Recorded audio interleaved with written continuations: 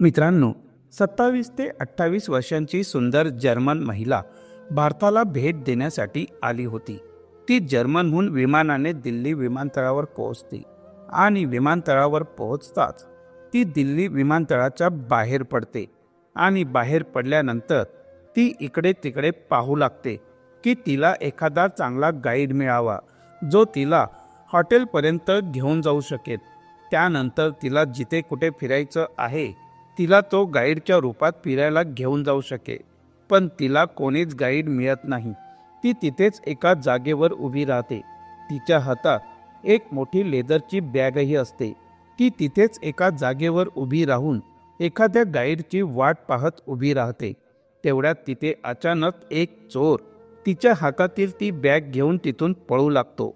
त्या बॅगमध्ये तिची बरीचशी ज्वेलरी आणि भरपूर पैसेही असतात.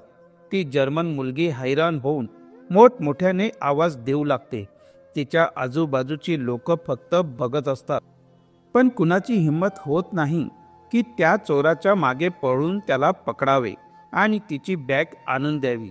तितक्यात तिथे एक 27 ते 28 वर्षांचा तरुण मुलगा त्या चोराच्या मागे धावतो आणि थोड्याच वेळात पळत जाऊन तो मुलगा त्या चोराला पकडतो आणि त्याच्याकडून ती बॅग हिसकावून त्या जर्मन मुलीला परत आणून देतो. त्या जर्मन मुलीचे नाव लिझा असते. लिझा ही एक विधवा महिला होती, पण ती खूपच सुंदर होती.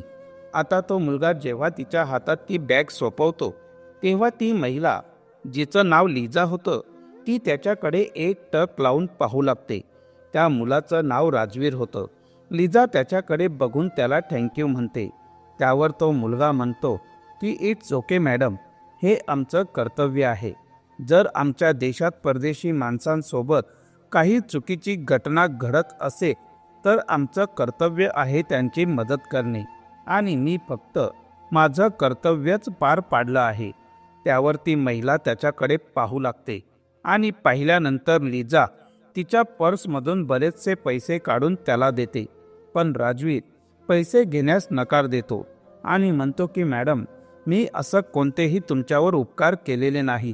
मी फक्त माझं कर्तव्य पार पाडले आहे आणि त्यासाठी तुम्ही मला पैसे देत आहात. मला तुमचे पैसे नकोय. तेव्हा लिझा त्याला म्हणते की हे पैसे मी माझ्या खुशीने तुम्हाला देत आहे, कारण यात माझी लाखो रुपयांची ज्वेलरी होती आणि खूप सारे पैसेही होते आणि या सर्व वस्तू आज फक्त तुमच्यामुळेच वाचलेले आहे. जर तुम्ही नसतात तर चोर हे सर्व काही घेऊन पळून गेला असता आणि या कारणास्तव जर मी तुम्हाला काही पैसे देत आहे तर मी सुद्धा तुमच्यावर कोणतेही उपकार करत नाही. तिचे बोलणे ऐकून राजवीर तिला म्हणतो की मॅडम, मला पैसे नकोय, प्लीज तुम्ही हे पैसे तुमच्याकडे ठेवून घ्या. त्यानंतर ती महिला ते पैसे पुन्हा तिच्या पर्समध्ये ठेवून घेते आणि तिथेच एका बेंचवर बसून जाते आणि राजवीरला म्हणते की तुम्ही या आणि इथे बेंचवर बसा, मला तुमच्याबद्दल काही जाणून घ्यायचं आहे. राजवीरही तिच्या बाजूला जाऊन तिथे बेंचवर बसतो आणि मग ती महिला त्याला विचारते की तुमचं नाव काय आहे. तेव्हा राजवीर तिला त्याचं नाव सांगतो आणि मग ती त्याला विचारते की तुम्ही काय काम करतात. तेव्हा राजवीर तिला सांगतो की मॅडम, मी काहीच काम करत नाही, मी कामाच्या शोधातच आहे आणि आजही मी कामाच्या शोधातच इकडे आलो होतो, पण मला अजूनही कोणती नोकरी मिळालेली नाही. मी शिकलेलो आहे आणि मी इंग्लिश विषयासह MA केलेलं आहे, पण मला अजूनही कोणतीही नोकरी मिळालेली नाही. आज मी एअरपोर्टवर नोकरीच्या शोधातच आलो होतो, पण इथे आल्यानंतरही मला कोणतीही नोकरी मिळालेली नाही. म्हणूनच मी निराश होऊन परत घरी चाललो होतो. तेवढ्यातच मी पाहिलं की एक चोर तुमची बॅग घेऊन पळून चालला आहे. राजवीर बोलत होता आणि ती जर्मन मुलगी लिझा त्याच्याकडे फक्त बघत होती. त्यानंतर ती जर्मन मुलगी त्याला म्हणते की तुम्ही माझा गाईड बनू शकता का. मी एका महिन्यासाठी इथे आलेली आहे. मी एक विधवा महिला आहे आणि मला 1 महिना भारत पूर्ण फिरायचा आहे. संपूर्ण दिल्ली फिरायची आहे आणि दिल्लीच्या आजूबाजूला जितकेही चांगले चांगले शहर आहेत, जितकेही चांगले पर्यटन स्थळ आहेत, ते सर्व काही फिरायचं आहे. माझ्याकडे पैशांची कोणतीही कमी नाही. जर्मनीमध्ये माझ्या 2-3 लेदरच्या मोठमोठ्या कंपन्या आहेत आणि माझ्याकडे भरपूर पैसेही आहेत आणि 1 महिनाभर इथे राहण्याचे आणि फिरण्याचे तुम्ही जितके पैसे सांगाल तितके पैसे मी तुम्हाला द्यायला तयार आहे. फक्त तुम्ही माझा गाईड बना आणि मला संपूर्ण जागेवर फिरायला घेऊन चला. त्यावर राजवीर म्हणतो की ठीक आहे मॅडम, जर तुम्ही म्हणत असा तर मी तुम्हाला भारतभर फिरवण्यासाठी तयार आहे. आता यानंतर दोघंही त्या बेंचवरून उठतात आणि लिझा राजवीरला म्हणते की मी हे हॉटेल बुक केलेलं आहे, आपण आधी त्या हॉटेलवर जाऊया. तुम्ही या हॉटेलवर जाण्यासाठी एक टॅक्सी बुक करा आणि बोलावून घ्या. असे म्हणत लिझा राजवीरला काही पैसे देते आणि राजवीर एका टॅक्सीवाल्याकडे जातो आणि तो ॲड्रेस देऊन टॅक्सी बुक करतो. आता लिझा आणि राजवीर जेव्हा त्या हॉटेलवर पोहोचतात तेव्हा लिझा त्या टॅक्सीवाल्याला सांगते की उद्यापासून मला इकडे तिकडे जिथे कुठे दिल्लीमध्ये आजूबाजूला फिरण्यासाठी जायचं आहे तिथे मला तुमच्या टॅक्सीमध्ये घेऊन चला. या बदल्यात तुम्हाला जितके पैसे हवे असतील मी तुम्हाला द्यायला तयार आहे. त्यावर तो टॅक्सीवालाही तयार होतो आणि म्हणतो की मॅडम, माझी काहीच हरकत नाही. उद्यापासून तुम्हाला जिथे कुठे जायचं असेल मी तुम्हाला फिरवायला तयार आहे. तेव्हा लिझा त्याला म्हणते की उद्या सकाळी 10 वाजता तुम्ही इथे तुमची टॅक्सी घेऊन पोहोचा. त्यावर टॅक्सीवाला होकार देत मान हलवतो आणि लिझा आणि राजवीरला तिथे खाली उतरवून आपली टॅक्सी घेऊन निघून जातो. लिझा आणि राजवीर त्या हॉटेलमध्ये निघून जातात. लिझा राजवीरला सोबत घेऊन तिने जो रूम बुक केलेला होता त्या रूममध्ये निघून जाते आणि सोबतच राजवीर तिची बॅग घेऊन तिच्या मागे मागे त्या हॉटेलच्या आतमध्ये निघून जातो आणि तिच्या त्या रूममध्ये पोहोचतो. आता लिझा एका वेटरला सांगून 2 कॉफी मागवते. आता दोघंही कॉफी पितात आणि त्यानंतर लिझा थोडा वेळ राजवीर सोबत गप्पा मारते. त्यानंतर राजवीर म्हणतो की मॅडम, मी आता चाललो आहे. त्यावर लिझा म्हणते की ठीक आहे, उद्या सकाळी 10 वाजता मी टॅक्सीवाल्याला बोलावलं आहे. तुम्ही सुद्धा उद्या सकाळी 10 वाजता इथे हॉटेलवर पोहोचा आणि दिल्लीमधील जितकेही पर्यटन स्थळ आहे त्या सर्व पर्यटन स्थळी मला फिरवायचं आहे. त्यावर राजवीर लिझाला सांगतो की मॅडम, मी सकाळी 10च्या आधीच इथे हजर होईल. असे बोलून राजवीर तिथून निघून जातो आणि दुसऱ्या दिवशी सकाळी ठीक 10 वाजता हॉटेलला पोहोचतो. आता राजवीर तिथे हॉटेलवर पोहोचताच तो कार टॅक्सीवालाही तिथे अगदी वेळेवर पोहोचतो. लिझाही तयार होऊनच बसलेली होती. त्यानंतर ते तिघेही त्या टॅक्सीने एकत्र फिरायला निघतात. त्यानंतर तो टॅक्सीवाला त्यांना घेऊन लाल किल्ला, राजपथ, राष्ट्रपती भवन, चांदनी चौक अशा विविध ठिकाणी सकाळपासून संध्याकाळपर्यंत फिरवतो. लिझालाही सर्व पर्यटन स्थळ फिरून खूप आनंद होतो. शिवाय ती संपूर्ण दिवसाचा खर्च, हॉटेलचा खर्च, खाण्यापिण्याचा खर्च, फिरण्याचा खर्च स्वतःच करते आणि त्यांच्यावरही खर्च करते. संपूर्ण दिवसभर तिघेही खूप एन्जॉय करतात. तिघांचाही दिवस खूप आनंदात जातो.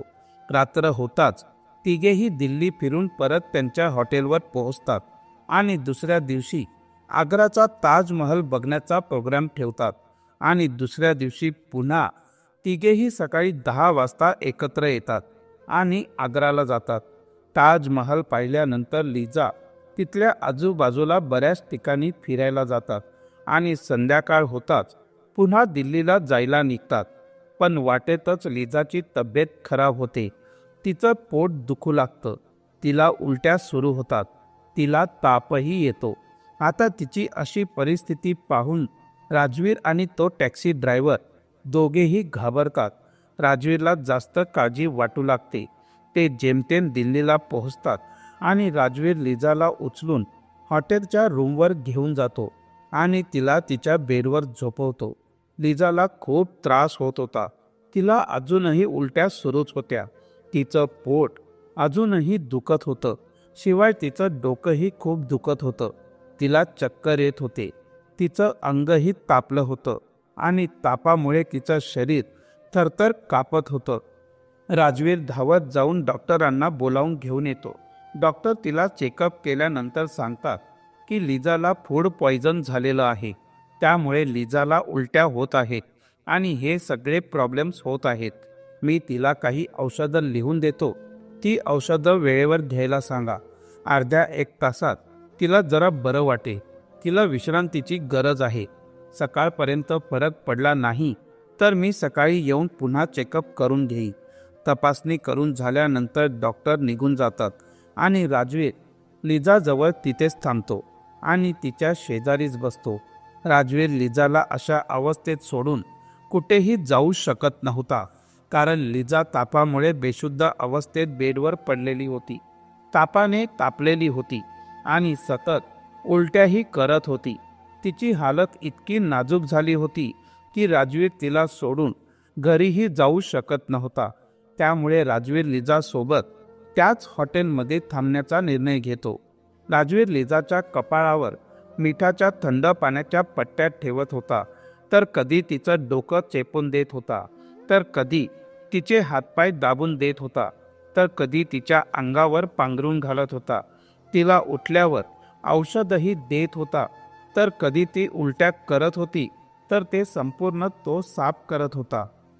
रात्रीचे 12-1 वाजेपर्यंत तो लिजाची सेवा करत असतो. त्यानंतर लिजाला थोड्या वेळाने तापातून आराम मिळतो आणि मग लिजा शांत झोपते. लिजा शांत झोपल्यानंतर राजवीरही तिच्या शेजारी एक सोफा असतो, तिथे तो त्यावर जाऊन झोपतो. लिजा अर्धा तास 1 तास झोपते आणि अचानक तिचे डोळे उघडतात. मग अचानक लिजा उठते आणि उठून बसते. तेव्हा तिचे लक्ष राजवीरकडे जाते. राजवीरला पाहून लिजा ही विचार करते की हा किती भोळा आणि साधारण व्यक्ती आहे, किती निष्पाप आहे, किती चांगला माणूस आहे. आज जर तो नसता तर माझं काहीही होऊ शकलं असतं. ताप खूप वाढला होता. माझी अवस्था खूप वाईट होती. जर हा नसता तर माझं काय झालं असतं. तो घरीही गेला नाही आणि रात्रभर माझ्यासोबत इथेच राहिला, माझी सेवा करत राहिला आणि आता मला जेव्हा थोडा आराम मिळाला तेव्हा एखाद्या बाळासारखा सोफ्यावर झोपला आहे. त्याच्या जागी जर एखादी दुसरी कोणी व्यक्ती असती तर त्याने माझा गैरफायदा घेण्याचा प्रयत्न केला असता. पण त्या दिवशी मी त्याला पैसे देत होती तेव्हाही त्याने पैसे घेतले नाहीत आणि आज माझी इतकी काळजी, इतकी सेवा केली की जणू काही एखादा घरातील कौटुंबिक पुरुष करतो. आणि हे विचार करून तिच्या डोळ्यात अश्रू तरळले. ती उठून त्या सोफ्यात जवळ जाते. ती त्याच्या शेजारी बसते आणि त्याच्याकडे एकटक बघत राहते. मग हळूच ती त्याच्या चेहऱ्यावरून हात फिरवते. तितक्यात राजवीरही जागा होतो आणि घाबरून उठून बसतो आणि तिला विचारतो की काय झालं मॅडम, तुम्हाला काही प्रॉब्लेम तर नाही ना. ती त्याच्याकडे त्याच्या डोळ्यात डोळे घालून पाहत राहते. तिच्या डोळ्यात अश्रू असतात. राजवीर तिला पुन्हा विचारतो की मॅडम काय झालं, तुम्ही रडत का आहात. तेव्हा लिजा त्याला म्हणते की काहीच नाही, हे आनंदाश्रू आहे. मी तुझ्याबद्दल विचार करत होती. आज तू नसतास तर माझी काय अवस्था झाली असती. त्या दिवशीही तू माझे लाखो रुपयांचे दागिने आणि सर्व पैसे वाचवूनही माझ्याकडून पैसे घेतले नाहीस. मी आजवर तुझ्या इतका प्रामाणिक माणूस कधीच पाहिलेला नाही. असे बोलता बोलता ती पुन्हा रडते. ती थांबल्यावर राजवीर तिला म्हणतो की मॅडम तुम्ही जाऊन झोपून घ्या आणि मलाही थोडा वेळ आराम करू द्या. सकाळी बरे वाटले तर मी तुम्हाला फिरायला घेऊन जाईल. लिजा म्हणते की नाही, मी सकाळी कुठेही जाणार नाही आणि तू पण या सोफ्यावर आराम कर. असे म्हणत लिजा तिच्या बेडवर जाऊन झोपते. पण तिच्या मनात राजवीरबद्दल फिलिंग्स जागृत झाल्या होत्या. तिला तो मनापासून आवडू लागला होता. तिच्या नवऱ्यानंतर जर कोणी तिची इतकी काळजी घेतली असेल तर तो राजवीर होता. ती हळूहळू त्याच्यावर प्रेम करू लागली होती. आणि मग यानंतर ती लोक झोपतात आणि सकाळी उठतात. नंतर लिजा म्हणते की ती आज कुठेही जाण्याच्या मूडमध्ये नाही. तुला घरी जायचं असेल तर तू जाऊ शकतोस. पण त्यानंतर त्यांच्या आयुष्यात जे काही घडते त्यांचे संपूर्ण जीवन अशांत होते. शेवटी त्यांच्यासोबत असं काय होतं हे जाणून घेण्यासाठी तुम्हाला हा व्हिडिओ शेवटपर्यंत पाहावा लागेल, त्यामुळे कथा शेवटपर्यंत ऐका. कथा खूप भावनिक आणि हृदयस्पर्शी आहे. पण पुढे जाण्या अगोदर जर तुम्ही आमच्या चॅनलवर नवीन असाल तर चॅनलला सबस्क्राईब करा, लाईक करा आणि तुमच्या मित्रांना शेअर करायला विसरू नका. चला तर मग कथेला सुरू करूया. दिल्लीतील एका गावात एक कुटुंब राहत होते. त्या कुटुंबातील कर्ता पुरुष मरण पावला होता.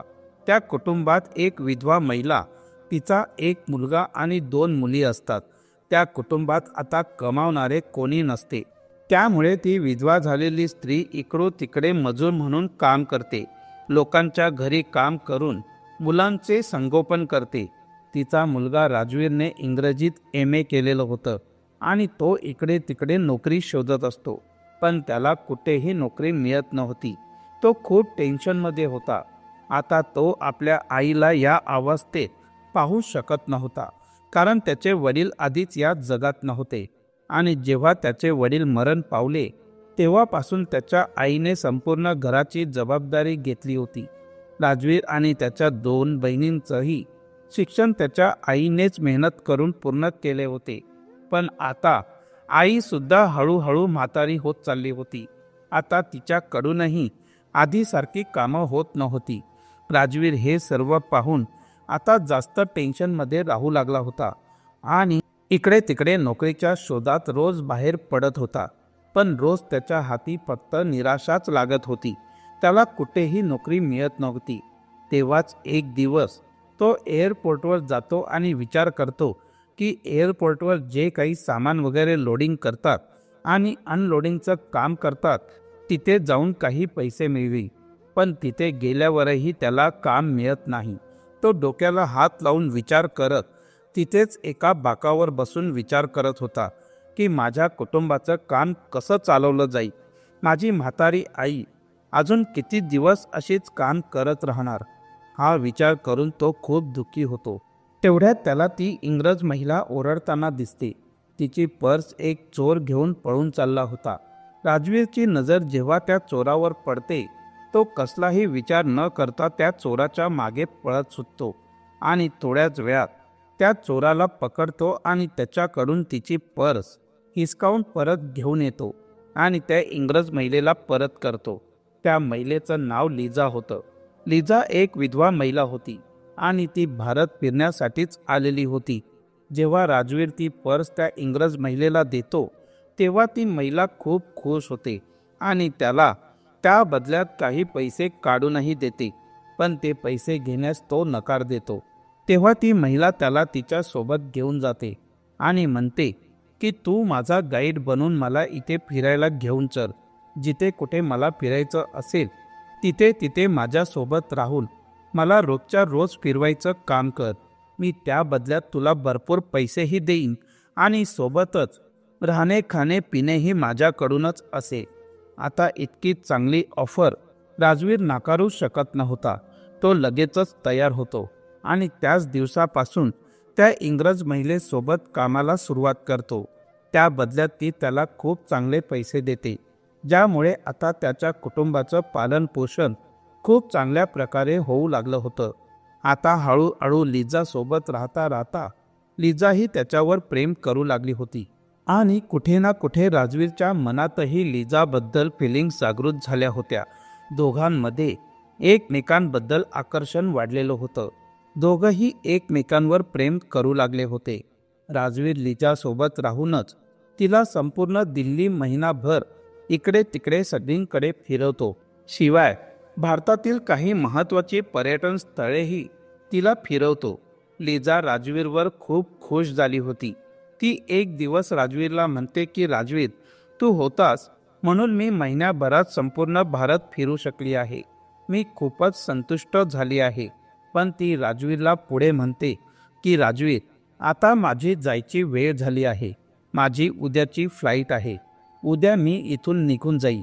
पण तुला सोडून जाण्याची माझी अजिबात इच्छा होत नाहीये, कारण माझं तुझ्यावर खूप प्रेम आहे. असे म्हणत लिझा ढसाढसा रडू लागते. राजवीर सुद्धा तिच्याकडे पाहून रडायला लागतो. त्यानंतर राजवीर लिजाला म्हणतो की माझं सुद्धा तुझ्यावर खूप प्रेम आहे आणि मलाही तुला सोडण्याची अजिबात इच्छा नाही. त्यावर लिजा राजवीरला म्हणते की काही हरकत नाही, आता आपण सोबतच राहणार. मग त्यासाठी मला काहीही करावं लागलं तरी चालेल.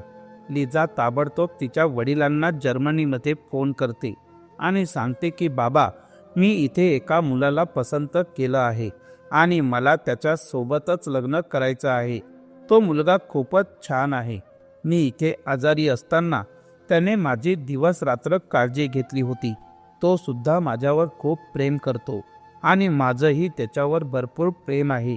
त्यामुळे तुम्ही काहीही करून याचा सुद्धा विजाचा बंदोबस्त करा. मी राजवीरला माझ्या सोबतच घेऊन येणार आहे. आता जेव्हा ही गोष्ट लिजाचे वडील ऐकतात की एका भारतीय मुलाने त्यांच्या मुलीचे प्राण वाचवले आहे आणि तिची खूप काळजीही घेतली आहे, तेव्हा ते त्याच्यावर खूप खुश होतात आणि म्हणतात की बेटी, तू अजिबात काळजी करू नकोस. मी काहीही झालं तरी त्याच्या विजाचा बंदोबस्त करतो, पण त्याला फक्त तिकडून इकडे येण्याचाच विजा मिळेल. पण इथे आल्यानंतर मी त्याचा राहण्याचा, इथल्या नागरिकता मिळवण्याचा सगळ्या गोष्टींचा बंदोबस्त करून देईन. मग तू त्याला इथे आरामात घेऊन येऊ शकतेस. आता त्यानंतर तिचे वडील लिजाचा विजा सुद्धा 10-15 दिवसांसाठी एक्सटेंड करून देतात आणि तिला सांगतात की तू अजून 10-15 दिवस तिथेच त्या मुलासोबत राहू शकतेस, जोपर्यंत त्याचा विजा बनून होत नाही तोपर्यंत. मग 10-15 दिवसांनंतर जेव्हा त्याचा विजा बनून तयार होईल तेव्हा तू त्याला तुझ्यासोबत घेऊन जर्मनीला निघून ये. आता जर्मनीला जाण्याआधी राजवीर त्याच्या बहिणींना आणि आईला भेटून जातो आणि सांगतो की आई, तू अजिबात काळजी करू नकोस. मी लवकरात लवकर तिकडून तुम्हाला भरपूर पैसे पाठवून देईन आणि मग तू या दोघं बहिणींचं लग्न खूप धूमधडाक्यात करून दे. आणि जेव्हा कधी मला संधी मिळेल तेव्हा मी तुमच्या जवळ परत भेटायला येऊन जाईल. त्यावर त्याची आई सुद्धा खूप खुश होती की त्यांच्या मुलाला एक चांगली विदेशी सून मिळाली आहे, जी खूप पैसेवाले तर आहेतच, पण ती त्याच्यावर खूप प्रेमही करते. शिवाय आता त्यांच्या घरातील सगळे प्रॉब्लेम सॉल्व्ह होणार होते. त्याच्या बहिणी सुद्धा खूप जास्त खुश होत्या. आणि मग त्यानंतर सगळ्यांना भेटून झाल्यानंतर राजवीर लिजासोबत जर्मनीला निघून जातो. जर्मनीला तो फक्त व्हिजिट विजावर निघून जातो, पण जेव्हा तो तिथे जातो तेव्हा लिजाचे वडील खूप श्रीमंत असतात. त्यांची तिथे खूप मोठ्या लोकांमध्ये ओळख असते. त्यामुळे ते काही दिवसातच राजवीरला तिथली नागरिकता प्राप्त करून देतात आणि मग त्यानंतर लिजाचे राजवीर सोबत खूप धूमधडाक्यात लग्न लावून देतात. आता दोघंही नवरा बायको बनून तिथे जर्मनीमध्ये एकत्र राहू लागतात. लिजा खूप श्रीमंत घराण्यातली मुलगी होती. तिच्या 2-3 लेदरच्या मोठमोठ्या कंपन्या होत्या. पैशांची त्यांच्याकडे कोणतीही कमतरता नव्हती. ती राजवीरला पैसे द्यायची आणि राजवीर ते पैसे आपल्या भारत देशात आपल्या आईच्या नावावर आणि बहिणीच्या नावावर पाठवून देत होता. आणि आता त्याचं घर त्या पैशात खूप चांगल्या प्रकारे चालू लागलं होतं. आता राजवीर लिजाच्या लेदरच्या मोठमोठ्या कंपन्या स्वतः सांभाळू लागला होता. आता तोही चांगले पैसे कमावू लागला होता. जवळपास 1 वर्षानंतर राजवीर लिजाला त्याच्या सोबत घेऊन भारतात परत येतो आणि भारतात आल्यानंतर तो लिजाला म्हणतो की मी 1-2 महिने इथेच राहणार आहे आणि मी माझ्या बहिणींना चांगले स्थळ पाहून त्यांचं लग्न लावून देणार आहे. एकदा का त्यांची लग्न झाली की मी आईलाही सोबत घेऊन जर्मनीला येऊ इच्छितो. त्यावर लिजा म्हणते की माझी काहीच हरकत नाही, आपण आईला सुद्धा इथून घेऊन जाऊया. त्यानंतर ते आईचाही विजा बनवतात आणि तिथलीच नागरिकता बनवून घेतात. आता यानंतर ते दोघेही 2-3 महिन्यांपर्यंत भारतातच राहतात आणि दोघं बहिणींची चांगली स्थळं पाहून धूमधडाक्यात लग्नही लावून देतात आणि त्यानंतर आईला सोबत घेऊन ते जर्मनीला निघून जातात. आता राजवीरची आई सुद्धा जर्मनीमध्येच राहू लागली होती आणि राजवीर त्याच्या बायकोसोबत खूप हसत खेळत आनंदाने जर्मनीमध्ये राहू लागला होता. थोड्या दिवसात राजवीरही भरपूर श्रीमंत होतो कारण त्यांच्याकडे आधीच भरपूर पैसे होते. त्यामुळे तिच्याकडे ज्या काही कंपन्या होत्या त्या संपूर्ण राजवीर स्वतःच हाताळू लागला होता. जवळपास त्याच्यावर राजवीरचाच मालकी हक्क झाला होता, कारण लिझा तिच्या वडिलांची एकुलती एक मुलगी होती आणि त्यामुळे सगळं काही राजवीरचंच होतं. राजवीरही खूप चांगल्या प्रकारे आपला संपूर्ण कंपन्या सांभाळू लागला होता. जवळपास 1.5 वर्षांनंतर या दोघांना एक मुलगी होते आणि त्यानंतर एक मुलगाही होतो. त्यांचं कुटुंब आता खूप हसत खेळत आनंदाने एकत्र राहू लागलं होतं. आई सुद्धा सोबतच राहत होती. संपूर्ण कुटुंब एकत्र खूप एन्जॉय करू लागले होते. मध्ये मध्ये सणासुदीला ते एकत्रच आपल्या गावी सुद्धा यायचे. गावातील लोकांना भेटायचे, त्यांच्यासोबत एन्जॉय करायचे आणि भारतात भरपूर दिवस राहून मग पुन्हा जर्मनीला निघून जायचे. त्यांची आता लाईफस्टाईल खूप चांगल्या प्रकारे सेटल झालेली होती. राजवीर खूप चांगल्या प्रकारे आपली लाईफ एन्जॉय करत होता. तर मित्रांनो, ही होती एका विदेशी महिलाची कथा, जी भारतात फिरण्यासाठी आलेली होती. पण एका गरीब मुलाला, ज्याला खाण्यापिण्याचीही कमतरता होती, अशा मुलाला आपल्या सोबत ठेवून त्याच्यासोबत लग्न करून त्यांचं संपूर्ण आयुष्य तिने सुधारलं होतं. तुम्हाला ही कथा कशी वाटली आम्हाला कमेंट बॉक्समध्ये नक्की कळवा. जर व्हिडिओ आवडला असेल तर व्हिडिओला लाईक आणि चॅनलला सबस्क्राईब नक्की करा. पुन्हा भेटू एका नवीन कथेसोबत, नवीन विषयासह. तोपर्यंत जय हिंद, जय भारत. धन्यवाद. थँक्यू.